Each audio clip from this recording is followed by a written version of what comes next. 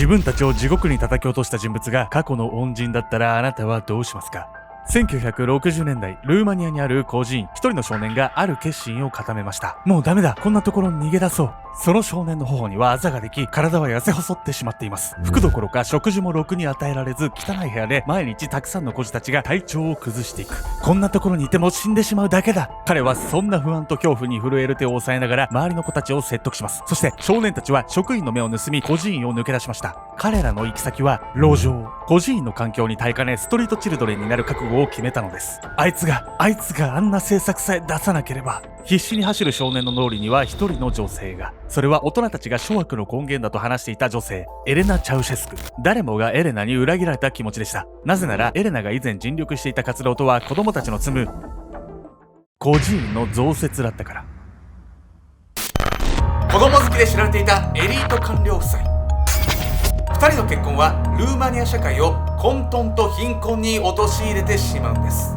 現代に至るまで社会問題となった彼らが制定した愚かな政策とは。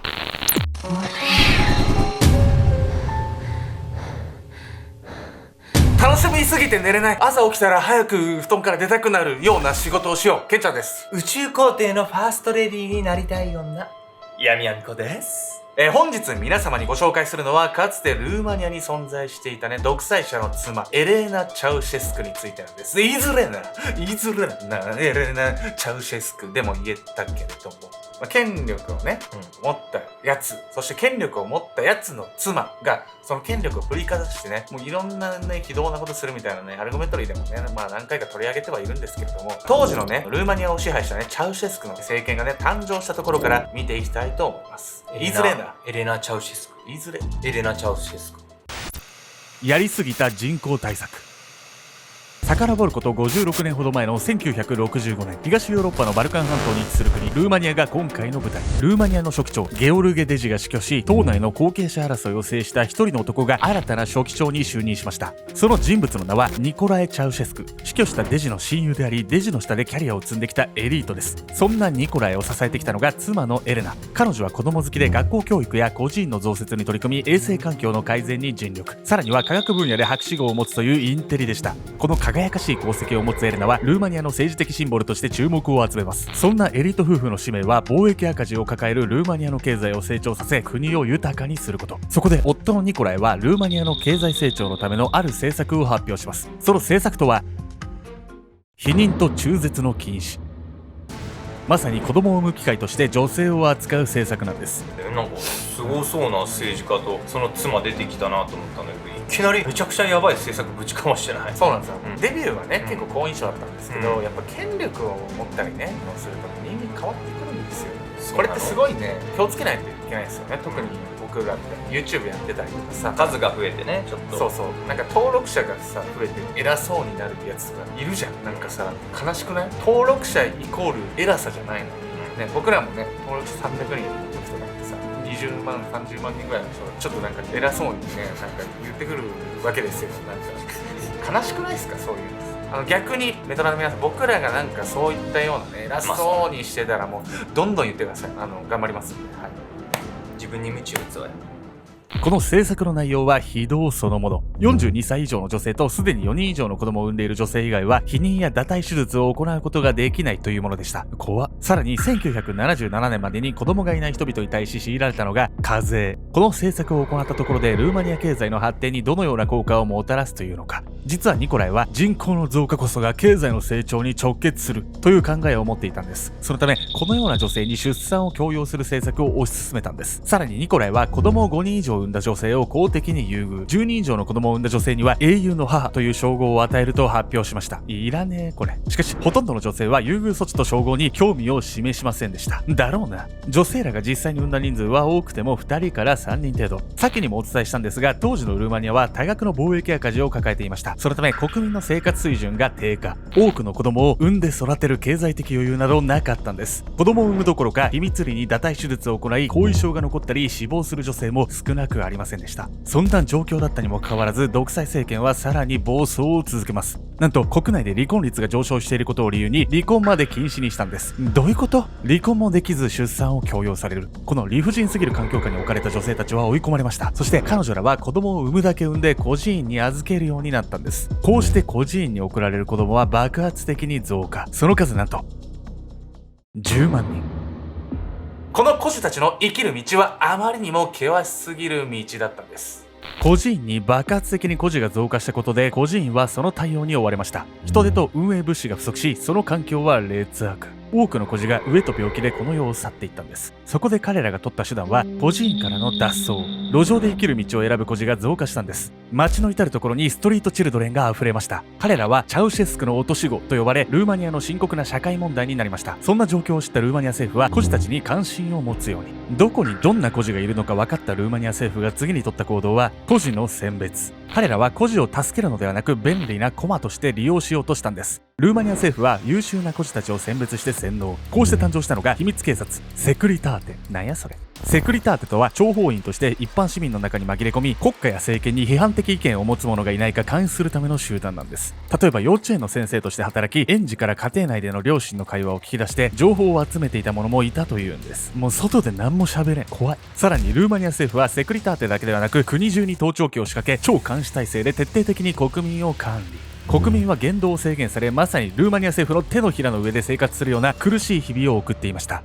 こんな政策とさ、監視社会誰でも嫌だってわかるじゃない。妻のエレナだって博士号取ってるんだから、なんか夫のこと監視もっとできなかったのって思うけどね。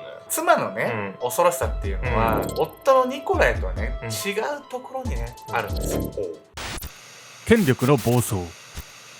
エレナとニコライは共産党内で出会い、1946年に結婚。チャウシェスク夫妻は共産党の中で順調に地位を高め、結婚から19年後の1965年、夫ニコライが共産党の中央書記長に就任します。そしてエレナは科学の分野で博士号を取得。ルーマニアの科学研究チームのリーダーとなる優秀ぶりでした。エレナと同じ共産党に所属していた人物の一人はこう語ります。エレナが博士号？私は彼女が本を読んでいるところさえろくに見た覚えはないよ。これは一体どういうことなのか。そう、エレナは博士号を権力で取得していたんです。彼女はゴーストライターに論文を書かせ、自分の名義で発表、名誉博士号の称号を手に入れていたんです。さらにエレナが権力で手に入れたものはこれだけではありません。エレナが税金を搾取して溜め込んだと言われている金額はなんと1400億円。貧困に苦しむ国民は気にも留めず贅沢な暮らしを謳歌します。そして自分たちが住むための巨大な宮殿を建てるため、8万人もの人々を建設予定地から強制退去させたんです。地位、権威、財力。エレナは独裁者の妻として手に入れた権力を自分のために使い続けたんです。そしてエレナは自分の子供の教育にも権力を使ったんです。エレナは3人の子宝にも恵まれ、1950年代には子育てに専念しています。しかしエレナの子育ては一般的ではありませんでした。エレナは次男のニクを溺愛します。ニクは金も地位も思うがまま、フェラーリを乗り回し、酒とギャンブルに明け暮れる日々で大金を湯水のごとく使っていたんです。しかし権力やお金をどんなに使っても手に入れられないものがあったんです。そう、それは人の心。ニクが恋心を抱いた相手は女子体操選手のナディア・コマネチ。モントリオールオリンピックで3つも金メダルを獲得し、ルーマニアどころか世界中の注目を集めた新体操界のヒロイン、ビートたけしさんの鉄板ネタコマネチの元になった人物でもあるんです。そんなコマネチに惚れ込んだニクは強引な付きまといを始めます。きついて。当然ニクにそんな一方的な愛情を向けられたところでコマネチが彼に心を許すことはありません。そこで登場したのが母エレナでした。エレナはニクがコマネチに恋心を抱いていることを知ると、なんとコマネチを誘拐。女性誘拐ってもうなんか親バカすぎるわよマジで。もうコマネチは僕知ってましたけど、うんこんなことされてたんだってねえ、驚き驚きよねがすごいわ、うんこの時にねどんなやり取りがされたのかっていうのをね、うん定かではないんですけれども、コマネチはね解放された後アメリカに亡命してるんですよ、ん悲しいですよね。自分のさ母国にこんなことされてさ、もう入れない、本当に悲しい完ですよね。全に独裁者よ。ニクはね相当やばい息子だったんですけど、うんエレナのね子供たちの中にも一応はまともな人間もいたんです。エレナは次男のニクを溺愛する一方、長女のゾヤには厳しく当たっていました。実際ゾヤの行動はエレナによってたびたび妨害されています。例えばエレナはゾヤに恋愛を許さなかったというんです。ゾヤが高校の時、彼女が恋心を抱いていた男性がいました。しかしゾヤとその男性はエレナの手によって引き離されてしまったんです。またゾヤは頭脳明晰で名門大学を卒業後、数学の研究者になりました。しかしここでもエレナの反対をを受け、なんとゾヤが所属していた研究所がエレナの手によって閉鎖されてしまうんです。ゾヤは両親が権力を使った独裁者となっていることに批判的でした。私もルーマニア社会主義共和国の状況は悪化していると思うと発言し、次男ニクの教育についてもこう言い残しています。母は愛情というものを履き違えているの。こんな子供たちのために頑張る女性だったのに、なんでこんなことになっちゃったの？エレナもね、実はですね、あるコンプレックスを抱えていたんです。金、称号、地位、権力、すべてを手に入れたように思われたエレナ。しかし彼女にはどうしても手に入れられなかったものがあるんです。それは勉強ができる自分。実はエレナという名は結婚した時に改名した名前。本名はレヌーツァ・ペトレスク。彼女はルーマニアのワラキア地方にある小さな村で生まれました。エレナの家は農家で、幼少期の彼女は活発な性格でした。そんなエレナが大の苦手としていたものは勉強。小学校4年生で14科目中9科目を落第。学校を中退していたんです。そして彼女は大人になってからも自分は頭が悪いと公言していました。エレナが権力を振りかざし、博士号や政治的地位を求めたのはそんなコンプレックスが原因だったのかもしれません。そして優秀な長女ゾヤに対しての態度は自分の頭の悪さに対する劣等感の裏返しなのではと考えられます。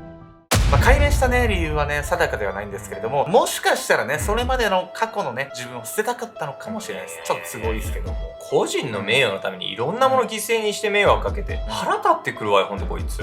しかしね、こんなねもうね悪いね悪の政治が続くわけがないんです。ついに彼らにもね制裁が加わるんです。チャウシェスク夫妻判決の時、権力に物を言わせていたチャウシェスク夫妻、秘密警察セクリターテによる監視や言論統制で国内の反乱分子を抑えていたんですが、ついに限界が訪れます。ルーマニア革命なんです。ルーマニア革命初めて聞いた。このルーマニア革命なんですけど、チャウシェスク夫妻、そしてねルーマニアの運命を大きく変えたんです。というわけで本日のメトラキーワード、ルーマニア革命について。1989年にルーマニアで起こった武力による政権交代。民主化を求める人々と国軍が協力し、1週間でルーマニアを制圧して非共産党政権を立ち上げました。革命軍救国戦線の目的は独裁政治を続けるニコライからルーマニアの政権を奪還すること。当時のルーマニア社会主義共和国ではニコライの圧政に耐えかねた人々が各地で国民の自由獲得への反政府デモや暴動が起こっていたんです。本来であればニコライの指示に従うべき国軍が反旗を翻したのはルーマニア革命の直前。国軍を仕切っていた国防省ワシーリ・ミリャがチャウシェスクに処刑されたという噂が出回ったから。ミリャは反抗する国民への攻撃に軍隊を使えという命令を断り、国民に発砲なんかできないと言っていたんです。そんなミリャを銃で処刑したという噂が軍部にも広がり、革命軍の側に協力することに決まりました。ミリャはこんなやつの下でも国民のためにちゃんと意志貫いてくれたってすごい人よ本当に。ミリアはね、亡くなったねもう日の夜には、軍はねもう革命軍側にねついちゃってたとも言われてるんですよね。これが何を意味してるか、それほど当時のルーマニアのね政府の方に軍として使えるってことがね、本当に辛いような国の状況だったんです。だからもう自業自得と言ってもね、過言ではないですよね。ルーマニア革命のきっかけと言われる事件が起きたのは1989年12月16日。場所はルーマニア西部の都市ティミショアラでした。町の牧師ラースロー提携士を僻地に移動させようとしたことへの反抗としてデモを実施した市民へ秘密警察セクリターテが発砲。多数の死傷者が発生してしまったんです。いよいよ秘密裏に抑え込むのは無理だと感じたニコライは1989年12月21日ルーマニア国営テレビを通じ国中にスピーチを放送することにしました。広場にはニコライたちが事前に集めた人々が集会に参加した諸君や全ての町の諸君の様々な分野での成功を心から願っている。広場にはニコライを称賛する声が響き渡ります。ニコライが堂々とした様子で参加者に語りかけていたその時、誰かが発砲したわ。発砲のような破裂音がし悲鳴が上がる会場。混乱の中人々はティミショアラと叫んでいました。ついにルーマニア革命が始まってしまったんです。国民に自分を賛美している人がたくさんいることを示すつもりだったのに真逆の結果に終わってしまった集会。テレビには困惑したままエレナと逃走するニコライの姿が映りました。チャウシェスク夫妻は必死に逃げました。翌日の12月22日にはヘリを使い少しでも遠くへ行こうと試みます。2人が逃げている間に革命軍救国戦線は着実に力を増していきました。